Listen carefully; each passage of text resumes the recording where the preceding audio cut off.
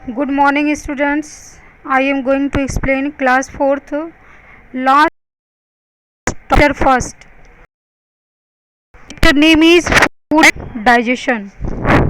ये आपका last topic है चैप्टर 4th का। इससे पहले मैंने 2 वीडियो बना के आपको सेंड कर चुकी हूँ और यहाँ हम लोग स्टार्ट करने जा रहे हैं जो बचा हुआ पोर्शन था उसको। तो यहाँ पे जो है पहले है कि स्टार्ट करते हैं अभी। The undigested food passes into the large intestine. अब जो अनडाइजेस्टेड फूड होता है वो कहाँ पहुँचता है? लार्ज इंटेस्टाइन में। The blood vessels in the walls of the large intestine absorb the extra water. अब क्या होता है, जो ब्लड वेसल्स प्रेजेंट होती हैं लार्ज इंटेस्टाइन में वो एक्स्ट्रा वाटर जो होता है उसको एब्जॉर्ब कर लेती हैं।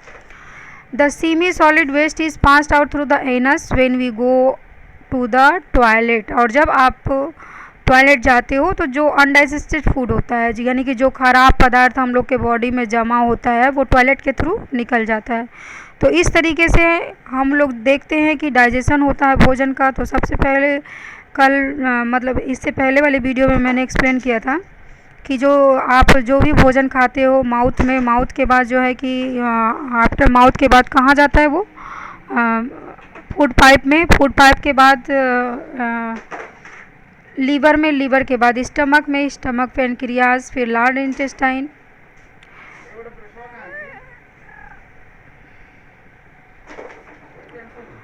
और इसके बाद स्मॉल इंटेस्टाइन, फिर एनस में। लीवर में नहीं जाता है। लीवर जो है कि एक आपकी ग्लैंड है, वो लीवर ग्लैंड है जो कि जूसेस को सिक्रीट करता है। तो इसमें जो है कि आपका क्या है, स्लेवरी ग्लैंड स्लाइवा को सिक्रीट करता है। माउथ आपको मालूम है कि इसके द्वारा आप भोजन खाते हो। फूड पाइप होता है, माउथ के द्वारा फूड पाइप में जाता है भोजन। लीवर ग्लैंड होता है जो कि भोजन को पचने में जो जूस होता है उसकी रिक्वायरमेंट होती है उसको सिक्रीट करता है। फिर इसके बाद स्टमक, फिर पैनक्रियाज भी ग्लैंड्स है। पैनक्रियाज जो होता है आपके आप फिगर जो देखोगे 1.5 वाले में तो उसमें पैनक्रियाज बना हुआ है, ये भी ग्लैंड है। ये भी भोजन के डाइजेशन में ही मदद करती है। तो इस तरीके से फिर लार्ज इंटेस्टाइन, फिर small intestine.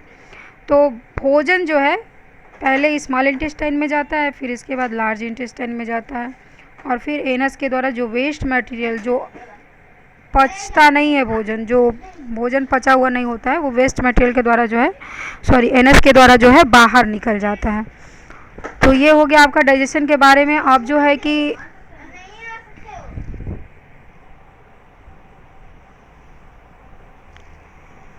Some tips for proper digestion. कौन कौन से जो है टिप्स हैं वो डाइजेशन के हैं।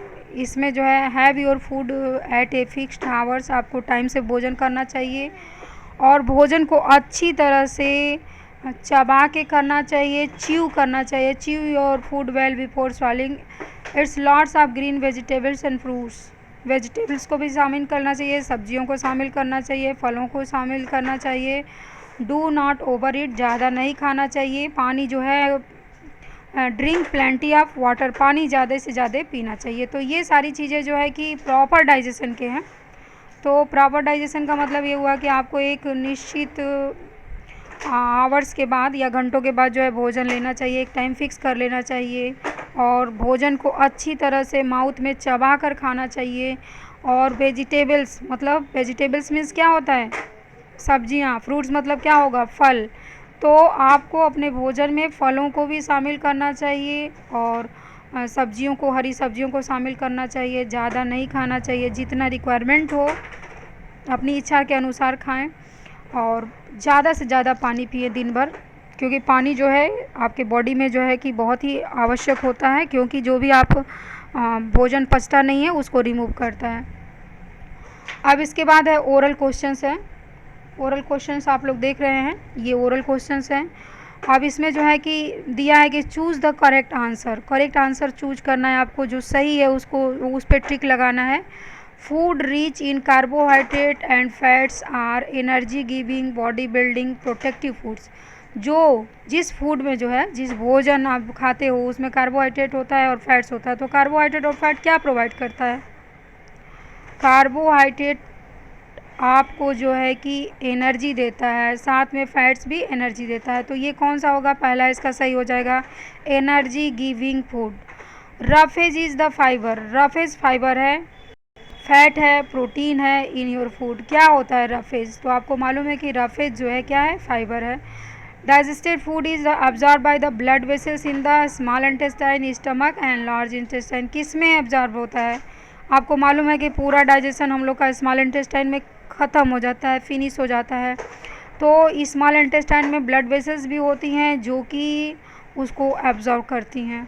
ठीक है। अब प्रिपेयरिंग ऑफ फूड, अब फूड को जो है कि हम लोग कैसे प्रिपेयर कर सकते हैं उसके बारे में यहाँ पे नेक्स्ट टॉपिक है। We eat raw as well as cooked food. हम लोग को जो है कि कच्चे भी भोजन खाते हैं, कच्चे वेजिटेबल्स कुछ खा लेते हैं सलाद के रूप में, कुछ जो है फलों को खाते हैं, और साथ साथ में पका हुआ भोजन खाते हैं। Fruits and certain vegetables are eaten raw.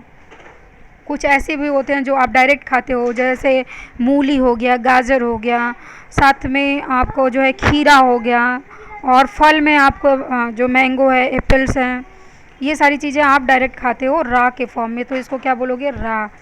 We should wash them properly before eating so as the free them from dust and germs. आपको ये नहीं करना चाहिए कि मार्केट से ला के फल तुरंत खा लो, उसको अच्छे से धो लेना चाहिए।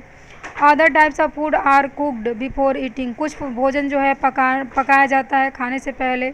सम food such as rice and potatoes are boiled. चावल को बॉयल करके खाया जाता है, पोटैटोज को बॉयल करके खाया जाता है।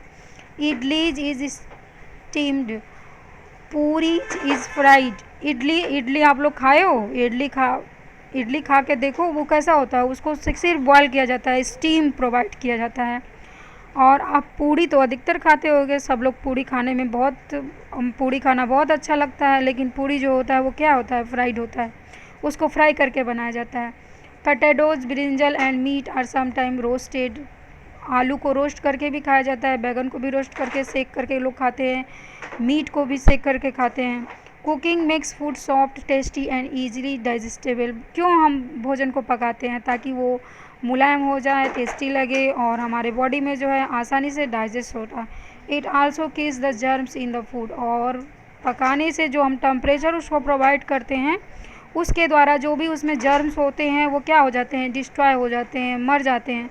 इसलिए भोजन को हम लोग को जो है कि हीट पे पकाना चाहिए, हीट करना चाहिए। Things to remember while cooking, क्या क्या चीज़ों का, किन किन चीज़ों का ध्यान रखना चाहिए यहाँ पे। थिंग्स टू रिमेंबर कुकिंग, किन किन बातों को आपको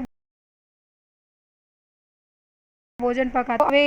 water in which pulses are soaked, जहाँ पे आप दाल भिगोते हो या जो भी कोई दाल भिगोता है जैसे खाना बनाते समय, तो उसके पानी को फेंकना नहीं चाहिए। It contains vitamins, use it for cooking. और उसको जो है कि उसमें क्या होता है, विटामिन्स होता है, विटामिन्स आपके बॉडी को, बॉडी की देख रेख करता है, इसलिए उसको पानी को नहीं फेंकना चाहिए जिसमें हम लोग दाल को भिगोते हैं।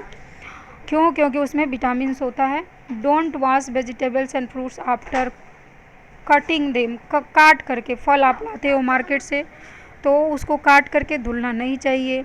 While boiling take just enough water so that the water which is absorb the nutrient is not thrown away. अगर बॉयल कर रहे हो तो वो पानी भी आपको नहीं फेंकना चाहिए, क्योंकि उसमें भी कुछ ना कुछ न्यूट्रिएंट होता है। डोंट ओवर कुक, ज़्यादा नहीं पकाना चाहिए। ये नहीं कि बहुत ज़्यादा उसको पका दिए तो सब उस जो भी प्रोटीन विटामिन्स होगा, वो क्या हो जाएगा, हीट के द्वारा नष्ट हो जाएगा। Don't overcook. Too much roasting and flang destroy the nutrients, ज़्यादा देर तक पकाने से उसमें का जो न्यूट्रिएंट होता है वो ख़त्म हो जाता है। Food is valuable. अब इसके बाद प्रिजर्विंग फूड, फूड को कैसे प्रिजर्व करें, कैसे रखें, उसको वैल्यूएबल होता है। इफ़ नॉट टू स्पॉइल, इसको ज़्यादा समय तक नहीं रखना चाहिए। The process of preserve the value for, अगर हम लोग उसको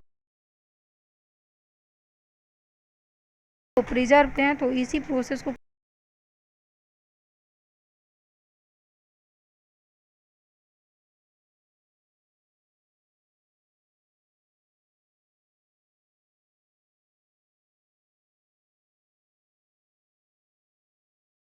क्या बोलता है करके खा सकें।